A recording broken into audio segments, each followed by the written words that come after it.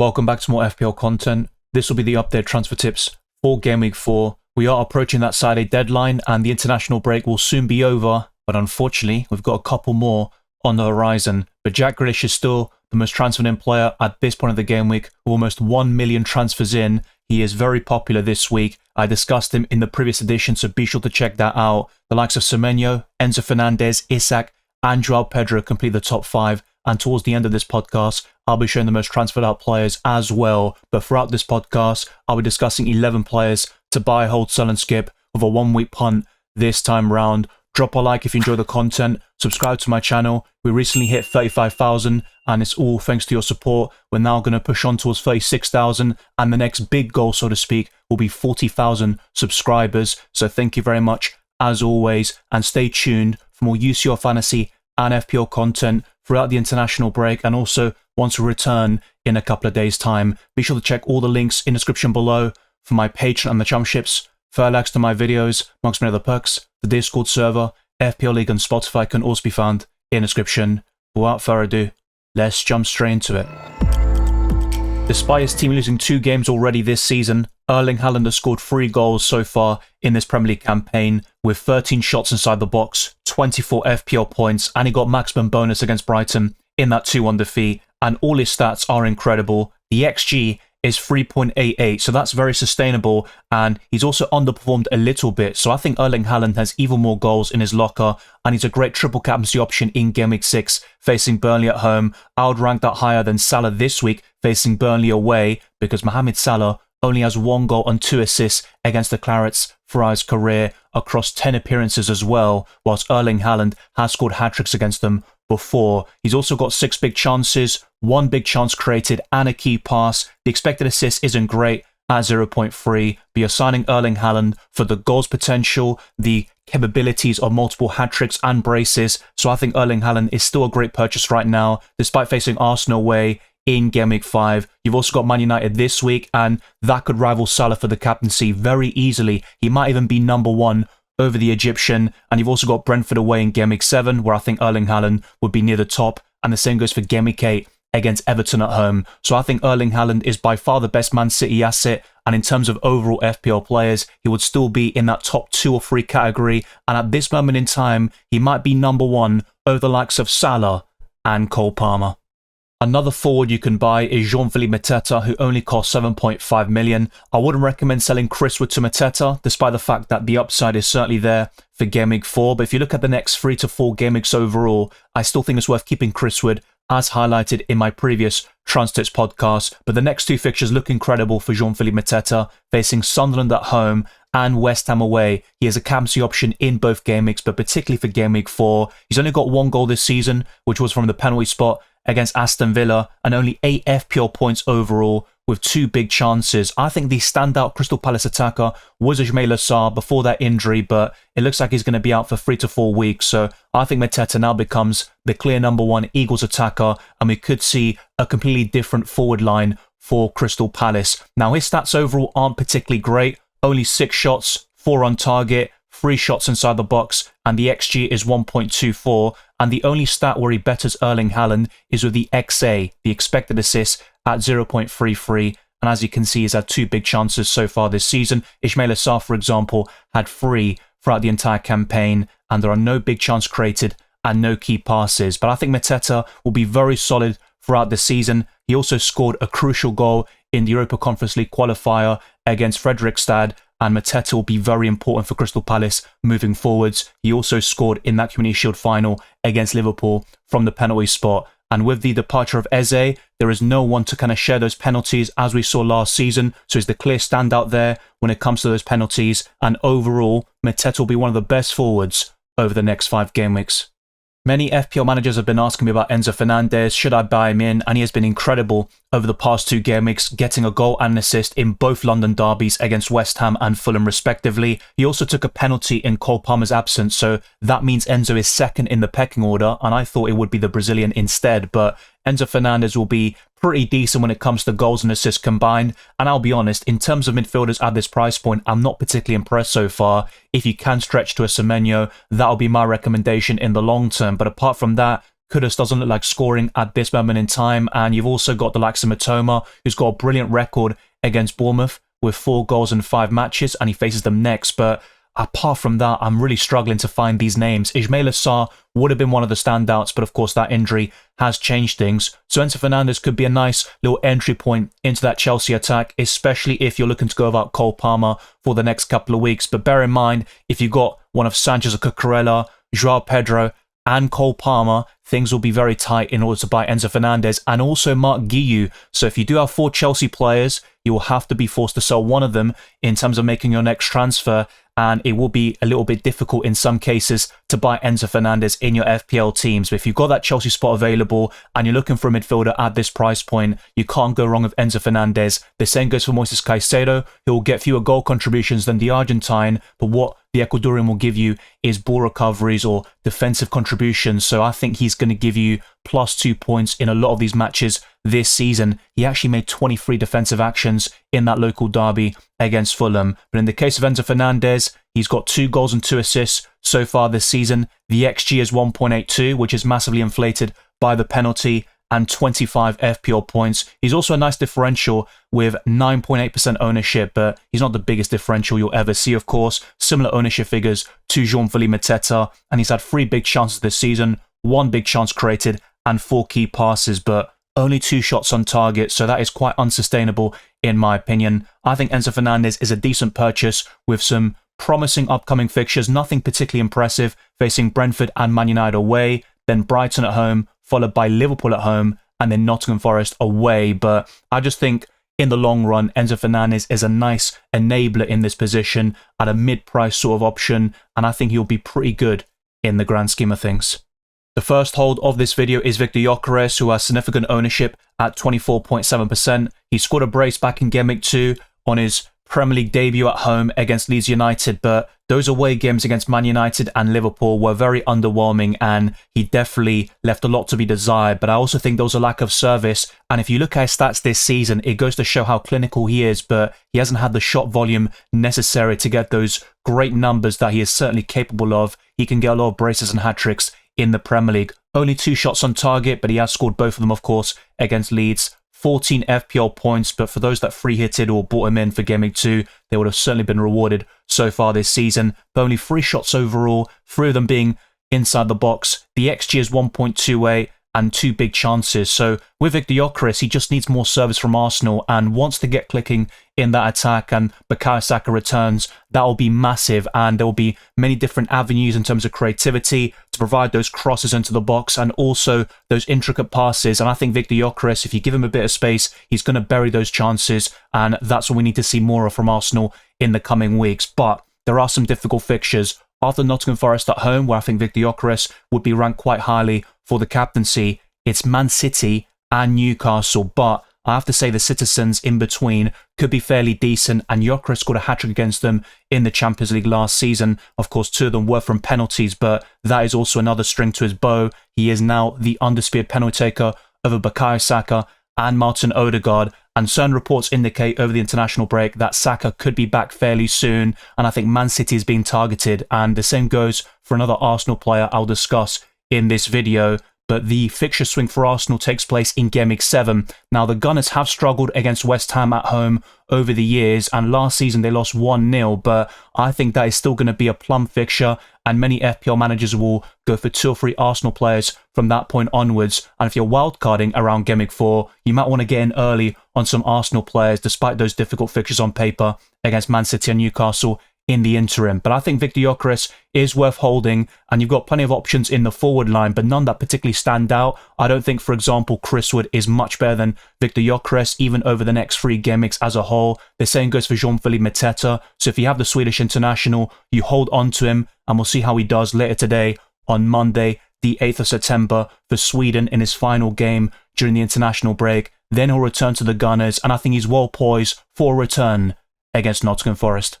My best pick in Fantasy Premier League so far this season has been Cody Gakpo, who has enjoyed an outstanding start to the campaign with 1 goal and 2 assists. The standout underlying number is the amount of key passes with 6, and 20 FPL points is nothing to be scoffed at, especially when you compare that to Florian Wirtz, who scored over the international break against Northern Ireland, but his Premier League start has been very underwhelming, to say the least. But Cody Gakpo should start against Burnley. I would have no concerns about that. But once Alexander Isak is ready to start, we could see one of Gakpo or Ekitike drop to the bench, and that will be the main concern with the Dutchman. For the time being, it's worth keeping him and analysing the situation, but I'm not so sure about buying him in at this point in time, and his stats in general are a bit underwhelming. 6 shots is decent, and 4 of them are inside the box, but 3 shots on target, an XG figure of 0.31, and even the expected assist is 0.52. Cody Gakpo hasn't registered a single big chance so far this season, but at least he's got 1 big chance created, and I think the creativity will be fairly decent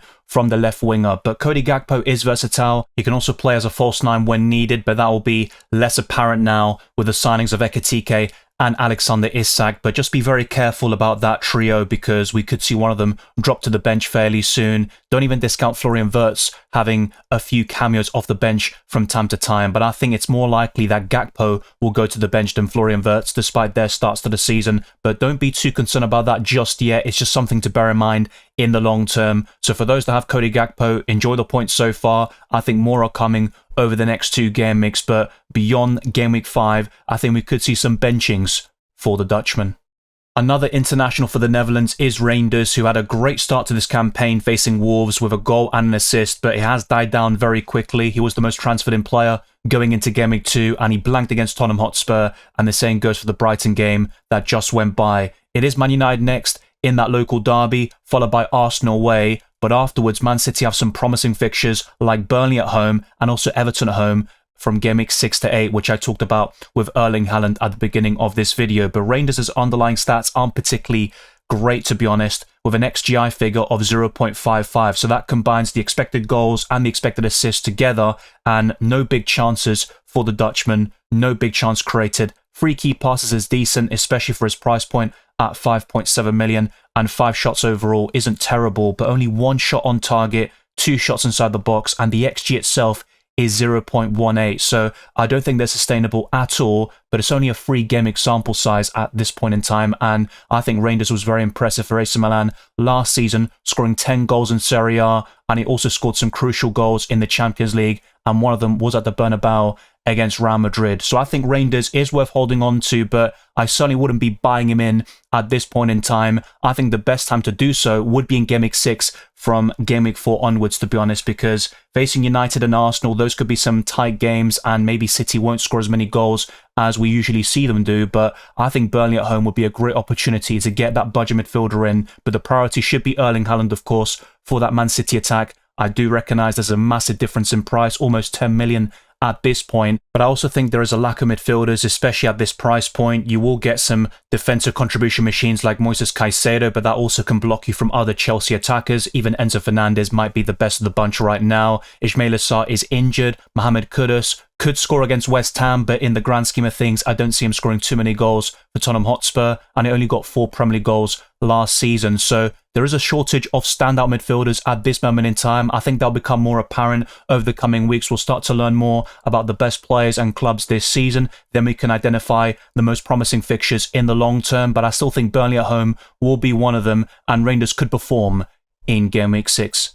Mohamed Kudus got 2 assists on his Premier League debut for Tottenham Hotspur, but it has been downhill ever since when it comes to goal contributions. He played well against Man City though in game week 2, and I think all Tottenham players, bar Vicario and Romero, were very underwhelming against Bournemouth. They were thoroughly outplayed on the day, but looking at Spurs' next 5 fixtures, they could win at least 3 of them, and they certainly have the capability of scoring multiple goals in those matches. But Mohamed Kudus doesn't look like scoring at this moment in time. I think he could do so against West Ham though, and that is one of the key reasons why I would recommend holding on to Kudus right now, but I don't really see him as a purchase. If you are wildcarding, he would be one of the more exciting picks, or maybe one of the more consistent options and reliable choices in the midfield, but I just think it's really because of his minutes and the creativity potential you see from the Ghanaian. He has 2 assists so far this season, no goals, 7 key passes, and 15 FPL points, but you look at the underlying numbers, they are terrible. Only 2 shots, none of them are on target, 1 shot inside the box, and the XG is 0.06, but surely he'll have some opportunities in the coming weeks, and Thomas Frank will identify this because they need to unlock all areas of that attack and not kind of rely on Richarlison to convert those chances because he's very inconsistent and his fitness is always a concern. Kudus's expected assist, though, is much better at 0.74, but no big chances and no big chance created. I still prefer him over Brennan Johnson, who could drop to the bench following the signing of Xavi Simons. And I think Solanke, once he's back in a couple of weeks to months' time, because that's what the reports indicate right now, I think he would be the standout Tottenham attacker. But for the time being, I think Richarlison is the best short-term punt. And if you want a medium to long-term pick, I think Kudus is your man in that Tottenham midfield. And you might be struggling to find an Ismaila Sarr replacement and also someone at this particular price point in the midfield. I think Enzo Fernandez is the standout right now, but Kudus certainly has the fixtures to go up another level.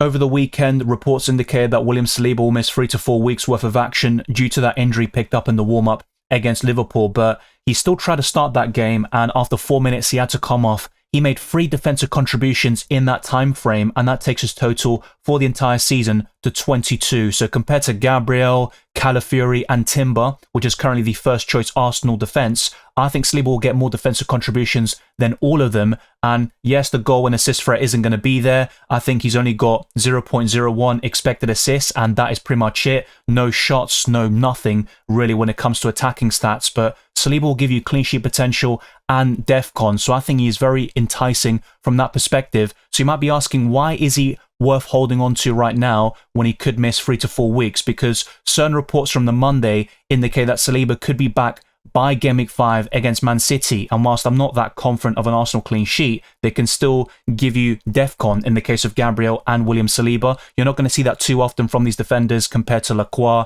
and these other defenders from lower ranked teams, so to speak, but I think Saliba will be the best amongst these Arsenal defenders, and he could be back very soon. Now, there is an argument to be made that Arsenal won't keep a clean sheet, besides the Nottingham Forest fixture anyway, until Game Week 7 or 8. So in that case, Saliba could be sold. You can go to Daniel Munoz or Lacroix, maybe even a different defender at a similar price point like Virgil van Dijk, and then go back to an Arsenal option maybe around Game Week 7. But I still think Saliba is worth holding on to here, and he can get DEFCON in those tricky games against Man City and Newcastle, and it all depends on his fitness, and it also depends on your team structure, and do you need that sort of option to come in right now, because maybe you've got a defensive line with Saliba, Dorgu and some other options you're not too sure about. Wan-Bissaka could be another one, and in that sort of scenario it might be worth selling Saliba and then going back to an Arsenal option later in the season. But if you've got that squad depth, and it could even be a midfielder or forward coming in, then that's absolutely fine, and you can have Saliba on your bench and have him ready and primed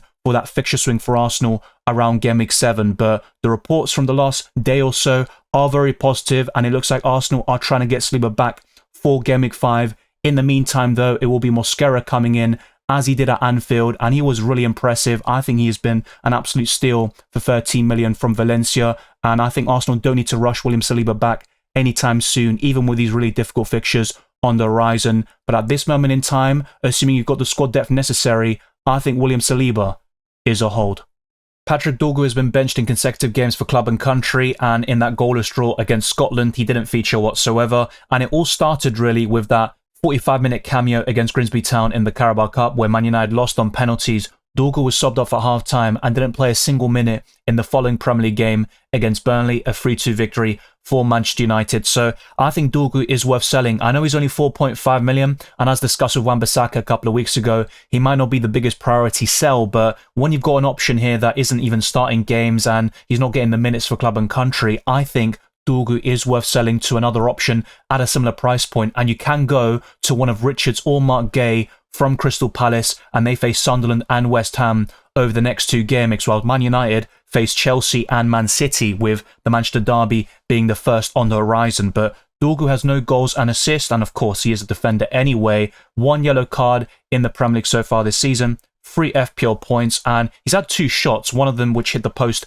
against Arsenal back in Game Week 1, so he might not be the biggest priority, but I think there are other options to replace him in this defensive line, and if you have money in the bank, you might even want to go to Lacroix or a more expensive defender, and an Arsenal option could be very enticing, especially someone like Gabriel in the long term. But I think Dorgu is worth selling, and in terms of Man United players that are worth holding on to, that would include Bruno Fernandes and Brian Mbeumo.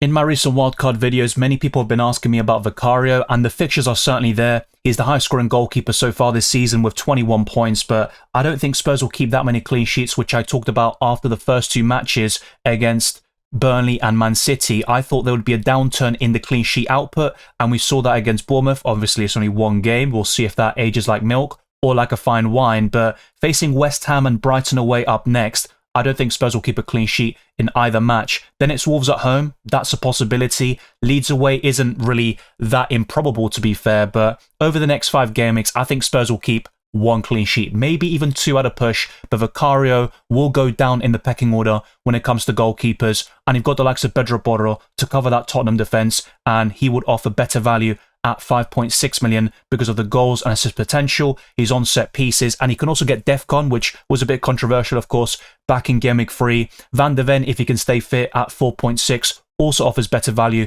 than Vicario, and at a similar price in terms of the goalkeepers, I'd rather go for Robert Sanchez because Chelsea have a better defence than Tottenham Hotspur, and I think long term that would be a great entry point into that Blues defence. Now, Vicario has made 13 saves so far this season, kept 2 clean sheets out of 3 games, only 1 goal conceded, but it should have been more, and to be fair, it was mainly thanks to Vicario. He was incredible against Bournemouth. He has also delivered 4 bonus points, so I think he's been very solid overall, and his ownership is rising ever so slightly at 8.5%, but I would skip him at this moment in time. I also think the underlying numbers are fairly decent, but in terms of the shots conceded, 43 across 3 matches. So I think Vicario has just been on another level right now, and that has helped Tottenham to only concede 1 goal so far. But I think that will increase over the coming weeks, and after the international break, we could see Tottenham Hotspur be a little bit disappointing in that regard. In terms of big chances conceded, that's 5 for Spurs so far, and the expected goals conceded is 4.03, so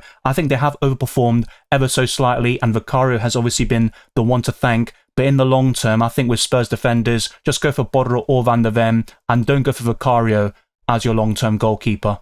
The 11th and final player covered today is Hugo Ekitike as a 1-week punt. For those that have him, he is certainly worth holding on to, but I think by Gameweek 5 or 6, we could see Alexander Isak ready to start for Liverpool, and that's where one of Ekitike or Gakpo could drop to the bench. So I wouldn't be investing in Ekitike right now unless you're wildcarding in Gameweek 5 or 6. In that case, you can just buy him in as a 1-week punt, and that's what I would recommend at this moment in time. And for those that have him, you obviously don't sell before Burnley away. I think he will start at Turf Moor, and he's had a great start to his Liverpool career with 2 goals and 1 assist in the Premier League. He also scored in the Community Shield final where they lost on penalties to Crystal Palace. 5 bonus points is also a very decent return, and 22 points overall. And his stats in general are okay. Nothing spectacular. 5 shots overall, 3 on target, 4 shots inside the box, and the XG is 1.35. He's had 2 big chances and also delivered 4 key passes. But Ekitike is actually ranked very highly in my Camsey list. Only the likes of Salah and Erling Haaland are ranked above him in that pecking order. And whilst that list is subject to change, I don't think Hugo Ekitike will drop from the podium unless something happens over the coming days. So I think Ekitike is one of the best players for Gameweek 4, but in the long term, things can change very quickly. The most transferred out players at this point of the game week include Cole Palmer, so that hasn't changed from my previous Transtits podcasts. Over 700,000 managers have sold the Chelsea talisman. He could be back for that Brentford fixture, but will he start that game? That is something I can discuss in a predicted lineups podcast, so let me know down in the comment section below if you want to see yet another edition of that particular video. Cunha, Chris Wood, Watkins and Saliba are in the top 5 most transferred out, but as discussed before, William Saliba could be back by Gameweek 5 or 6, and in that scenario, he could be worth holding on to in certain situations. And with Vicario, I completely get the kind of temptation to buy him. He's the highest scoring goalkeeper, has great fixtures coming up, but I don't think it's worth changing your goalkeepers too much. And even if you have someone like Kelleher, it might be worth holding on to and using your transfers in more important positions. And it's so important to get your choice of goalkeeper right from the beginning. I'm quite happy with my goalkeeper pair of Sanchez and Dubravka, so I can focus my efforts on the outfield positions, and hopefully I can get things going because Gameweek 3 was an absolute disaster. Thank you very much for watching this video and listening to this podcast. If you enjoyed it or found it insightful, then like this video, subscribe to my channel, and also hit the notification bell so you're always up to date with my content, both UCL Fantasy and FPL. There are plenty more videos where that came from, so keep your eyes peeled throughout the international break, and there will be more deadline streams very soon. Follow me on X, Instagram and Blue Sky, Dylan RCM, and check all the links in the description for my Patreon and the Championships, further links to my videos, amongst many other perks. The Discord server, FPL League and Spotify can also be found in the description. I'll see you on Saturday for the first deadline stream since the international break, and stay tuned for more UCL fantasy content.